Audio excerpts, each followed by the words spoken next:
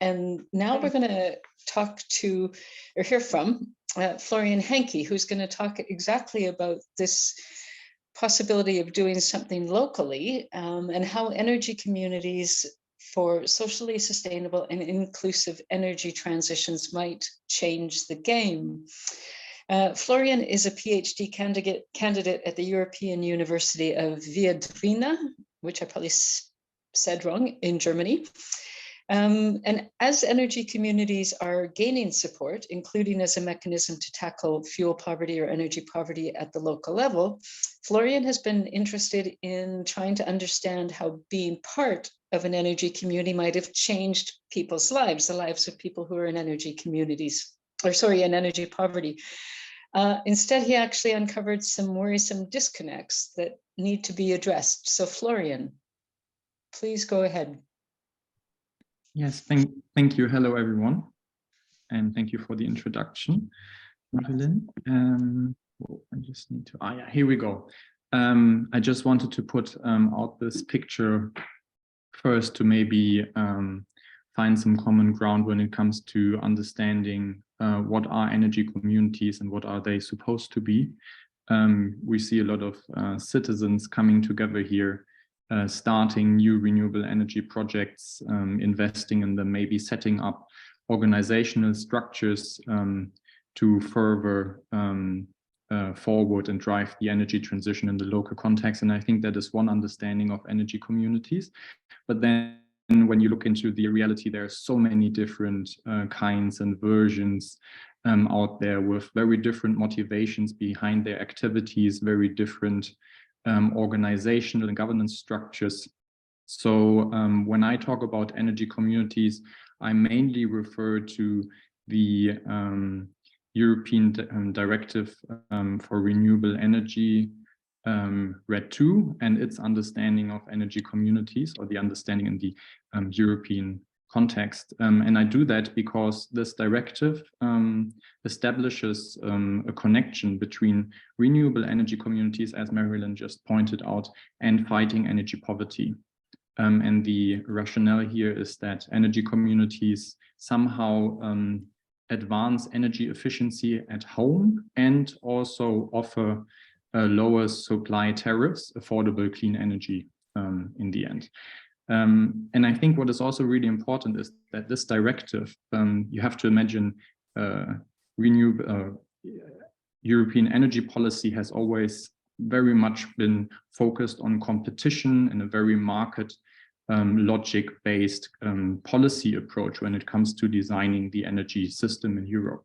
And now all of a sudden it says that one stakeholder, that is renewable energy communities, are supposed to provide environmental, economic and social community benefits rather than financial profits. And in my perspective, that is actually a little revolution, especially when you read further and understand that the European legislator requires the member states, when they transpose this directive into national law, these member states are required to provide enabling policies that support energy communities to address and include the most vulnerable and low-income households. Everyone should participate. So that is really interesting.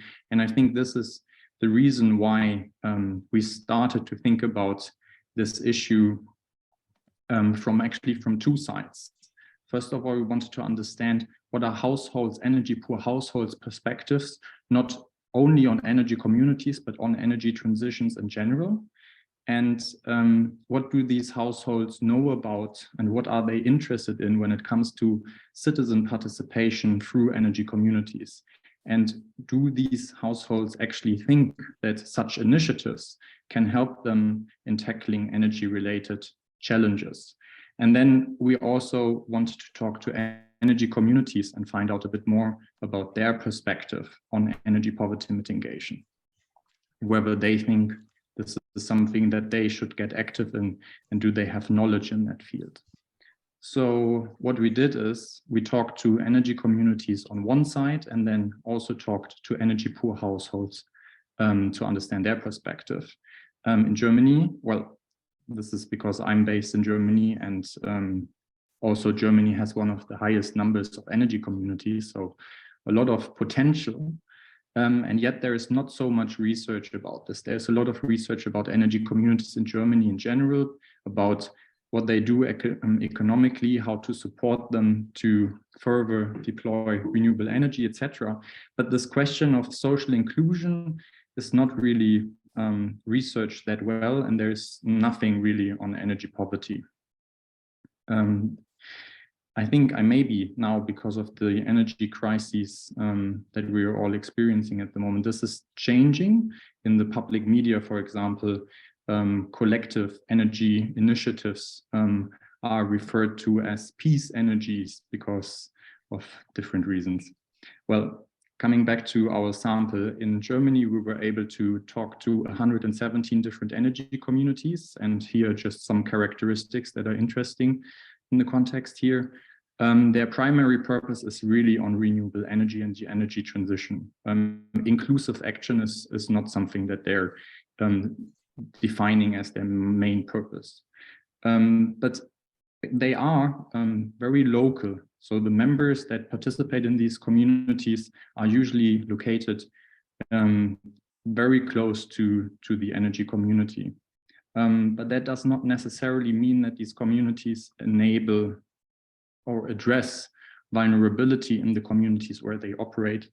About a fourth, 28 energy communities say that they address vulnerable consumers, and only 9 address energy poverty. The main reasons for that is that these communities are lacking the resources to extend their activities beyond just staying in business, because Germany is a very competitive market environment. So they're saying we are lacking the resources and knowledge about extending our activities to address vulnerable consumers, and specifically energy poverty in Germany. I don't know if you know that, but we don't have an official definition for energy poverty. The last government under Merkel said that it's not necessary. Our social welfare system takes care of that. This government, due to the crisis, has taken a different approach, but we still don't have an official definition. So that is the energy community side. And then we were able to talk to 35 household members of energy poor households in Germany during very interesting conversations. Yeah, just to have a basic understanding of the kind of households we talked to. Most of them were located in urban or suburban settings, and nearly all of them were tenants. And I think that is really important to keep in mind later.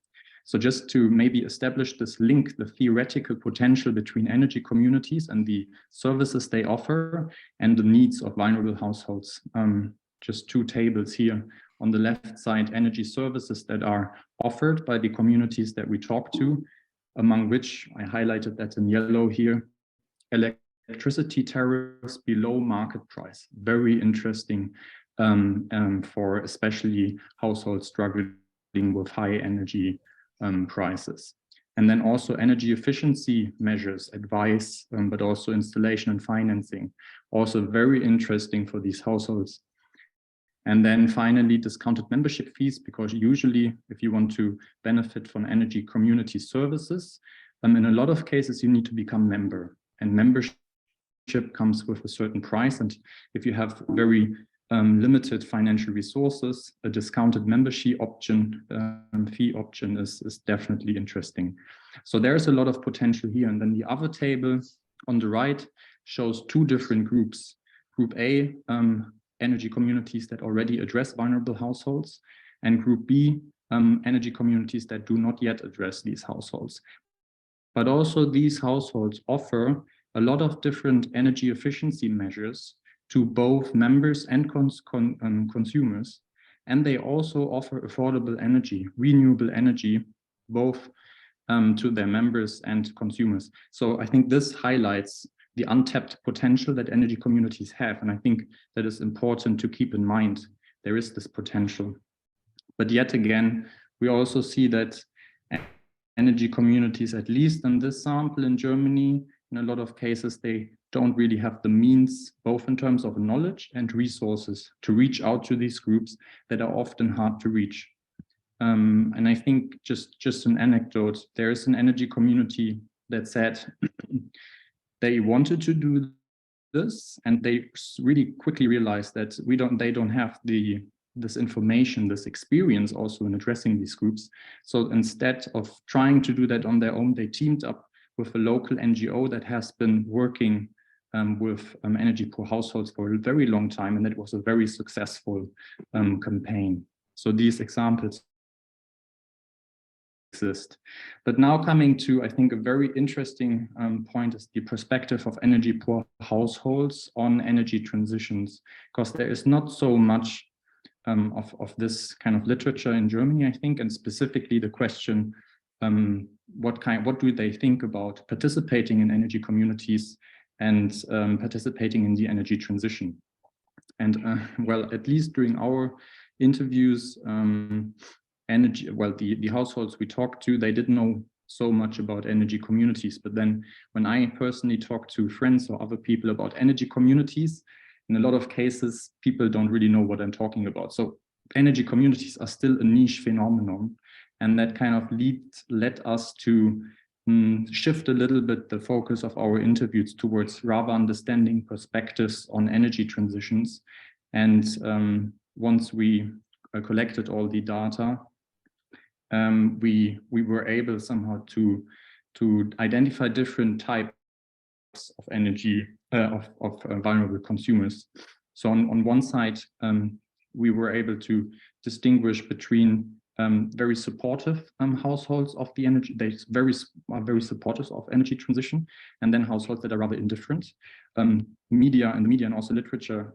There's a lot on households that are against the energy transition, but we did not come across this. And then on the other side, we also wanted to understand what kind of capacity have these households to engage and benefit in energy transition and its policy instruments. And I think the three different types we distinguished here are very interesting in terms of that. So type 1, we named energy transition supporters. They are proactively supporting the energy transition. And when we talk about energy transition with these kind of households, it was not just this transformation towards renewable energy, but it was very much during the interviews linked to a sustainability narrative. So energy transition is very much about a sustainable way of life in that perspective. And engaging in that kind of a sustainability narrative is the only possibility these households had was through changes in the way they consume energy, which is then framed as partaking in the energy transition. So participating in energy transition here is much about a sustainable lifestyle. Unfortunately, these households have a very, very little capacity to get active.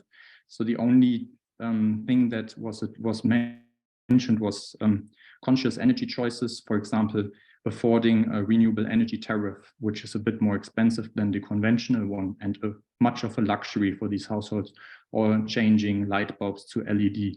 But more than that was just not economically feasible. And I think in general, these households feel very collectively responsible, even though they pronounce them up there and us down here way of thinking. And then I think type 2 is a bit more indifferent. And I think it's really interesting to see these households engage in very similar energy saving behavior, but the framing is very different. Here, it's not a choice, but a necessity, because these households have really, really tight budgets and need to save every penny. And I think what was also standing out a lot here is the fear of rising energy prices, because the coping mechanisms, which basically translates to less consuming, because they don't have the means to buy a new fridge. And as a tenant, just remember 97% are tenants. As a tenant, they don't really have much say when it comes to energy retrofitting or a new heating system. So all the policy instruments out there in Germany, and there are a lot of them that finance these kind of measures, they just don't address tenants. Tenants have very limited possibilities to get access to funding. I think that is something that came up in the previous talk as well. So for them, saving energy is really about daily survival rather than participating in a sustainable or energy transition narrative. And they really don't feel involved when it comes to energy transition policy. Rather, they voice criticism towards energy and specifically climate policy. Here in Germany, a CO2 tax was introduced at the beginning of this year. And they say that I don't have the means to change the technologies that I use or the appliances, and now I have to pay more and other people get funding to change, so this was perceived as a severe injustice. And I think what is also very interesting is type 3 of overburdened households. I mean, it's really important in this whole debate, I think, especially when it comes to policy making, to understand that vulnerability has so many different layers, and this is the one of the most extreme ones that I came across in these interviews. Households that are really struggling in their daily survival with severe mental or other health problems, that are experiencing very extreme forms of deprivations due to personal tragedies. These households are just struggling so much that you can't really talk to them about energy or energy transitions if that is not somehow linked to instant relief measures. So a very, very extreme form of vulnerable of poverty. And Florian, sorry, I'm just going to interrupt you. I have about 2 minutes. Can you wrap up in 2 minutes? Yes, this is my last slide. I just wanted to bring it all together. Perfect. Here, the policy recommendations, I think, that come from this is that energy policy in Germany based on this should definitely recognize that energy saving behavior has just reached its limit, and that new funding instruments should also take into account the perspective of tenants and vulnerable households. I think that is really important. And from side of the energy communities, I think what came across during those interviews is also that those energy communities that engage in energy poverty mitigation do that kind of as a form of philanthropy, right? They have to use extra resources to do so. And if energy policy requires energy communities to fulfill this special social role to provide these social benefits, they should come up with enabling policies, which is really not the case in Germany right now. So I think, yeah, sorry for taking a bit more time. No worries. Everybody's taken a little more time, so we've just cumulatively, we've gotten a bit behind. There is a couple of questions for you in the chat, but I want to be very conscious of all of our participants or may have other things that they need to do within the next 15 minutes. So I'm going to go directly to our last presenter, Hannah, and then we'll have a joint Q&A session after Hannah presents for anybody that is able to stay online a little bit longer.